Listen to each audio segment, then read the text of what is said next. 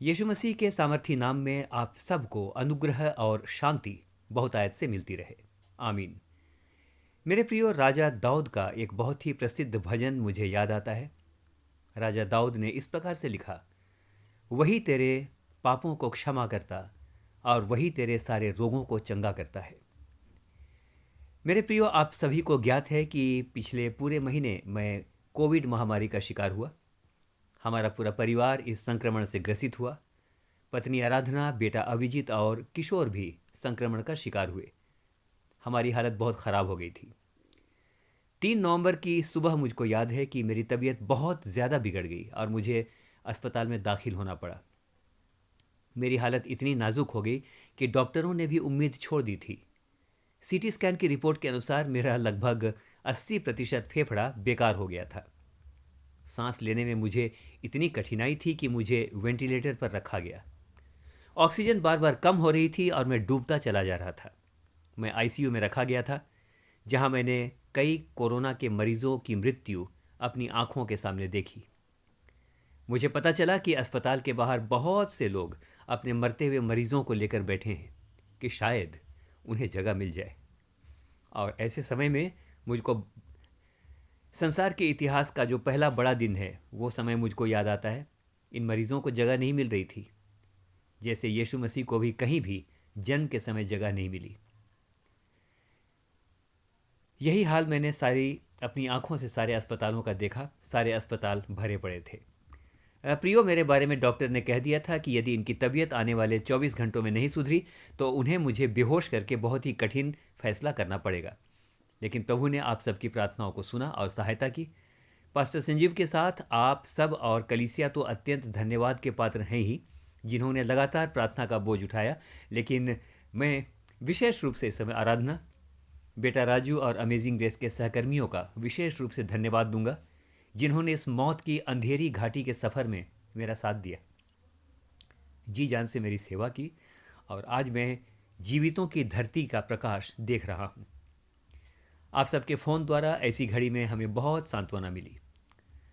Covid से 80% बर्बाद हुए फेफड़े से चंगाई के बाद यदि आज मैं आपसे बात कर रहा हूँ तो ये मात्र कुछ नहीं लेकिन प्रभु का चमत्कार और उसका बढ़ा हुआ हाथ है। हालेलुया।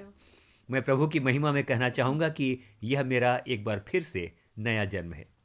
पास्टर प्रमोद दास के प्राण की भी हमारे प्रभु ने रक्षा की, इसके लिए मैं प्रभु का धन्यवाद करता हूँ। और कलीसिया में हमारे प्रभु ने सबको सुरक्षित रखा है, उसका धन्यवाद हो। अपने बारे में इस समय कहना चाहूँगा, जैसा कि शमूएल नबी की पुस्तक में लिखा है, मृत्यु की रस्सियाँ मेरे चारों ओर थीं और विनाश की तरंगों से मैं घिर गया था, लेकिन धन्य है यहोवा जिसके बलवंत हाथों ने मुझको थाम लिया। मैं फिर उसकी स्तुति करूँगा। अभी भी दुर्बलता बहुत है, लेकिन एक बार फिर से मैं उस परम प्रधान की ओर देखता हूँ जो गिरते हुओं को संभालता है, जो झुके हुओं को सीधा खड़ा करता, जो लाचार की प्रार्थनाओं को तुच्छ नहीं जानता और हमारे आंसुओं को अपनी कुप्पी में रखता है। हालेलुया। हम परिवार होकर के उसका धन्यवाद करते हैं। हालेलुया। ये उसका महान अनुग्रह है कि उसने मुझे और हमारे परिवार को इस भयंकर बीमारी के बाद एक नया जीवन ही नहीं दिया, व्यक्तिगत रूप से मेरे जीवन में अपनी आयु के 60 वर्षों को पूरा करने का भी उसने अनुग्रह दिया। हालेलुया। आइए मेरे प्रियो, थोड़ी देर आज के मनन में चलें। बहुत ही महत्वपूर्ण मनन है, ध्यान से सुनेंगे। हम सब सन 2020 के अंतिम माह में हैं और यह महीना बड़े दिन से पहले तक ख्रीष्ट आगमन काल या एडवेंट काल कहलाता है। एडवेंट काल, हम इस समय एडवेंट काल में चल रहे हैं। कोरोना काल नहीं होता तो सारी दुनिया में लोग इस काल में नाचते गाते झूमते हुए यीशु मसीह के आगमन की तैयारी कर रहे होते, लेकिन अभी इस महामारी के कारण ये सब संभव नहीं है। मुझे 2020 की शुरुआत याद है, जब सारी दुनिया ने बड़े धूमधाम से 2020 का स्वागत किया था। प्रकाश जलाकर, पटाखे चलाकर, आतिशबाजी से, संगीत की स्वर लहरियों से इस साल का स्वागत किया था हमने। ऐसा स्वागत तो हर नए साल का होता है, लेकिन किसको पता था कि जिस नए साल का स्वागत हम नाच गाकर, आतिशबाजी छोड़कर, जगमगाते प्रकाश के साथ कर रहे हैं, वही साल प्रकाश नहीं लेकिन भयंकर कोरोना महामारी और दर्दनाक मृत्यु का अंधेरा लेकर के आएगा। और ये अंधेरा कुछ समय के लिए नहीं रहेगा, लेकिन पूरे संसार को लंबे समय के लिए घेर लेगा। किसको पता था कि ये दर्दनाक दूरियां, असहाय मृत्यु और अधूरी अंतिम यात्रा 2020 में हम देखेंगे? किसको पता था मेरे प्रियो? लाखों नौकरियां चली जाएंगी और लाखों लोगों के जीवन में अंधकार छा जाएगा। शायद दुनिया के इतिहास में ऐसा एडवेंट काल नहीं आया, ऐसा बड़ा दिन नहीं आया और ऐसी मृत्यु और निराशा का अंधकार भी हमने नहीं देखा। बच्चे उदास हैं, जवानों की टोलियां उदास हैं कि हर बार जैसा होता है वैसा घर घर जाकर गीत गाना, संगीत गाना शायद नहीं होगा, पार्टी नहीं होगी, वो चहल पहल नहीं होगी। ये क्रिसमस थोड़ा अंधकार में ऐसा दिख रहा है। मुझे लगता है कि पहला क्रिसमस भी, मेरे प्रियो ध्यान के साथ सुनिएगा, ये क्रिसमस अंधकार में ऐसा दिख रहा है, लेकिन मुझे लगता है कि पहला क्रिसमस भी प्रकाश से जगमगाता हुआ नहीं था। वहाँ भी निराशा थी, क्योंकि उनके लिए वचन बताता है कि सराय में जगह नहीं थी और वे सब जगह से ठुकराए जा रहे थे। आज एक विशेष बात मैं आपके साथ बांटना चाहता हूँ। इस अंधकार के कोरोना काल में, जब हम एडवेंट काल में चल रहे हैं, हम मसीहियों के लिए क्या आशा है? What is the hope for we who believe in Christ at this turbulent time of the corona? मेरे प्रियो, आज के दिन पूछना चाहता हूँ, ऐसे अंधकार के समय में, इस बड़े दिन में मसीहियों के लिए क्या आशा है? अमेजिंग ग्रेस कलीसिया के सामने क्या आशा है? आइए मेरे प्रियो, वचन को देखेंगे। यशायाह 9 उसके 2 में बाइबल इस प्रकार से कहती है, जो लोग अंधियारे में चल रहे थे उन्होंने बड़ा उजियाला देखा, और जो लोग अंधकार से भरे हुए मृत्यु के देश में रहते थे उन पर ज्योति चमकी। उन पर ज्योति चमकी। मेरे प्रियो, ये क्रिसमस की जो पहली रात है उसके विषय में ये घोषणा है। अंधकार से भरी हुई रात थी, लेकिन यशायाह भविष्यवक्ता बड़े आनंद के साथ उस रात के बारे में भविष्यवाणी करता है। जो अंधियारे में चल रहे थे, आज भी सारी दुनिया चल रही, उन्होंने बड़ा उजियाला देखा। आज जो लोग घोर अंधकार से भरे हुए मृत्यु के देश में रहते थे, मेरे प्रियो, आज के दिन क्या दुनिया के सारे देश मृत्यु के देश नहीं बन गए हैं? लेकिन बड़े दिन का सबसे बड़ा संदेश ये है, जो मृत्यु के देश में रहते थे उन पर ज्योति चमकी। मैं विश्वास करता हूँ मेरे प्रियो कि यदि उसकी प्रजा दीन होकर उसकी ओर फिरे, नम्रता के साथ परमेश्वर की ओर फिरे और एक दूसरे को क्षमा करे, तो हमारे लिए अंधकार से भरा हुआ बड़े दिन का ये समय प्रकाश में बदल जाएगा। हालेलुया। परमेश्वर अपनी प्रजा पर अनुग्रह करेगा। मेरे प्रियो, कोई भी समय कितना से अंधकार भरा हुआ क्यों ना हो, अकाल, महामारी और मौत की घाटी से गुजरता हुआ क्यों ना हो, हम एक बात हमेशा स्मरण रखें, हम पर ज्योति चमकेगी, क्योंकि जगत की ज्योति जो स्वयं हमारा प्रभु यीशु मसीह है, वो हमारे बीच में है। इस समय आपके बीच में है, क्योंकि उसने कहा, 2 या 3 जहां मेरे नाम पर जमा होते हैं, मैं वहां पर होता हूं। चारों ओर अंधकार हो, कोई बात नहीं, लेकिन आनंदित होइए कि इस समय स्वयं जगत की ज्योति आपके बीच में है और वो आपको डिप्रेशन में डूबने नहीं देगा, वो आपको अंधकार में डूबने नहीं देगा। आज के समय, इसी समय वो इस बात की घोषणा करता है, मैं जगत की ज्योति हूं और मैं तुम्हें भी इस अंधकार से भरे हुए जगत में ज्योति बनाकर चमकाऊंगा। आमीन कहिए मेरे प्रियो। हालेलुया। आइए एक पद और देखें मेरे प्रियो, इस अंधकार के समय में हम किन बातों को देख सकते हैं।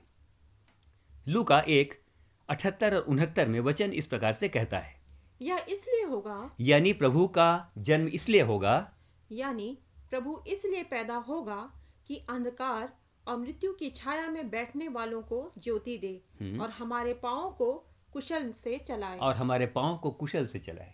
इस समय भी उसकी यही घोषणा है मेरे प्रियो, ये इसलिए होगा, आज, कल और हमेशा तक के लिए हमारा प्रभु एक सा है। उन दिनों जब हमारा प्रभु यीशु मसीह पैदा हुआ, उन दिनों जो अंधकार में बैठे थे, उन्होंने बड़ा उजाला देखा। वो समय के अनुसार नहीं बदलता। आज के दिन मैं फिर से कहना चाहता हूँ, हम भी बहुत बड़े उजाले को देखेंगे। यहाँ सुनेंगे मेरे प्रियो, ये बात जकरिया महायाजक ने मंदिर से निकलते ही भविष्यवाणी करते हुए कही थी।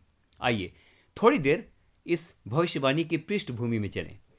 पहले क्रिसमस से पहले का इस्राएल भी अंधकार, गुलामी और मृत्यु की छाया में जी रहा था।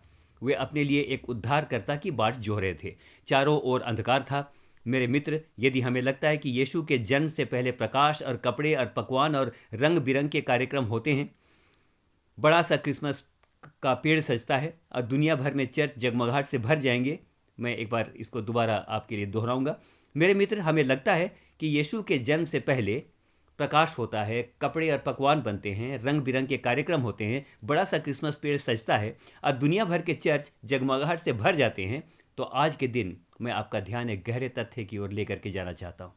दुनिया का पहला क्रिसमस भी प्रकाश से भरा हुआ नहीं था। यीशु जगमगाते प्रकाश, आन बान और शान के साथ उनके बीच नहीं आया जो तृप्त और बहुत प्रसन्न और धन धान्य से भरे हुए थे। वह उनके बीच आया जो कुचले हुए थे, मृत्यु से भरे हुए अंधकार के देश में रहते थे, गुलामी जिनका जीवन थी। इस बार भी क्रिसमस कुछ इस प्रकार का ही है मेरे प्रियो। ये आज उनके बीच आया है जिनके जीवन में मृत्यु का भय है, भविष्य का डर है, जो आर्थिक गुलामी में जीवन जी रहे हैं। बाइबल कहती है जो अंधकार से भरे हुए मृत्यु के देश में रहते थे उन पर ज्योति चमकी। आज पूरा संसार जब अंधकार से भरा हुआ मृत्यु का देश बन गया है, विश्वास के साथ हालेलुया बोलिए, क्योंकि आज इसी समय जब आप इस वचन को सुन रहे हैं, आपके शरीर में, आपके परिवार में, आपके गुप्त छिपे हुए जीवन में उसकी ज्योति चमकेगी। आमीन। क्योंकि यूहन्ना 1:11 में वचन इस प्रकार से कहता है, ज्योति अंधकार में चमकती है, लेकिन अंधकार ने उसे ग्रहण ना किया। ज्योति तो चमकती रहेगी मेरे प्रियो, लेकिन यहाँ अंधकार से मैं सवाल करता हूँ कि अंधकार ने उसे ग्रहण नहीं किया। आइए आज सारा अंधकार, रोष, मलिनता, वैरभाव, झूठ, अहंकार के अंधकार को एक बार फिर से त्याग कर उस ज्योति को ग्रहण करें जो इसी समय हमारे जीवनों के अंदर चमकने वाली है।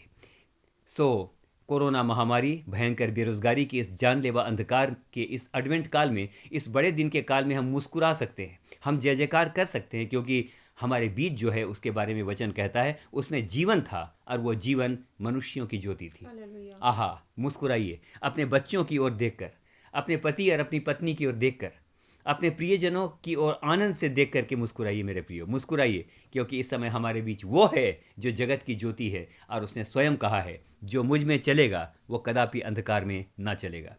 आइए मेरे प्रियो, अंत में एक बहुत ही महत्वपूर्ण पद को देखें और इस पद में इस प्रकार से लिखा है, लूका 22 और उसके 53 में वचन इस प्रकार से कहता है, जब मैं तुम्हारे साथ मंदिर में हर दिन तुम्हारे साथ था तो तुमने मुझ पर हाथ ना डाला, पर यह तुम्हारी घड़ी है और अंधकार का अधिकार है।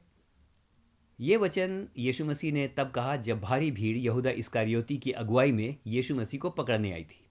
उसने तब कहा, जब मैं मंदिर में हर दिन था तो तुमने मुझ पर हाथ ना डाला, परंतु ये तुम्हारी घड़ी है और अंधकार का अधिकार है। बहुत ध्यान से सुनिए मेरे प्रियो, जब अंधकार का अधिकार आता है तो बहुत सारी अंधकार की ताकतें हम पर हाथ डालती हैं। बीमारी, कुचिंता, डिप्रेशन, शरीर की लालसा, आत्महत्या की इच्छा, अकेलेपन का एहसास, हमारे प्रियजनों के जीवनों के अंदर समस्याएं। यीशु ने कहा यह अंधकार का अधिकार है, यानी अंधकार का समय है। मेरे प्रियो, यूहन्ना 13 उसके 30 में वचन इस प्रकार से बताता है, तब यहूदा इस्करियोती टुकड़ा लेकर बाहर चला गया कि यीशु को पकड़वाए, और यह रात का समय था। And it was night, the word of God says, and the power of the darkness were very much prevalent on that time. मेरे प्रियो, ध्यान के साथ सुनिएगा, यीशु मसीह जगत का उजाला था। इस बात को उसने लगातार अपने उपदेशों, आश्चर्य कर्मों के द्वारा प्रकट भी किया, लेकिन यीशु के पैदा होने के लगभग 33.5 वर्षों तक इस तथ्य को उसके अपने लोगों द्वारा स्वीकार नहीं किया गया, क्योंकि यह अंधकार का समय था। उसे क्रूस पर चढ़ा दिया गया। अंधकार और ज्योति के बीच क्रूस पर युद्ध चल रहा था मेरे प्रियो। बाइबल लूका 23 और उसके 44-45 में इस प्रकार से कहती है, जब युद्ध चल रहा था तो क्या हो रहा था। जी हाँ, सुनिएगा, और लगभग 2 पहर से तीसरे पहर तक सारे देश में अंधियारा छाया रहा, सूर्य का उजियाला जाता रहा और मंदिर का पर्दा बीच से फट गया। हाँ मेरे प्रियो, इतिहासकार बताते हैं कि इतना लंबा अंधकार इससे पहले कभी नहीं हुआ। अंधकार था, उसके बाद काला सप्त बीता, और जब स्त्रियां कब्र पर आईं उस समय भी उनके जीवनों में निराशा का अंधकार तो था ही, लेकिन यूहन्ना 20:1 में वचन कहता है, सप्ताह के पहले दिन मरियम और मगदलिनी भोर को अंधेरे में ही कब्र पर आईं, लेकिन पत्थर को हटा हुआ देखा।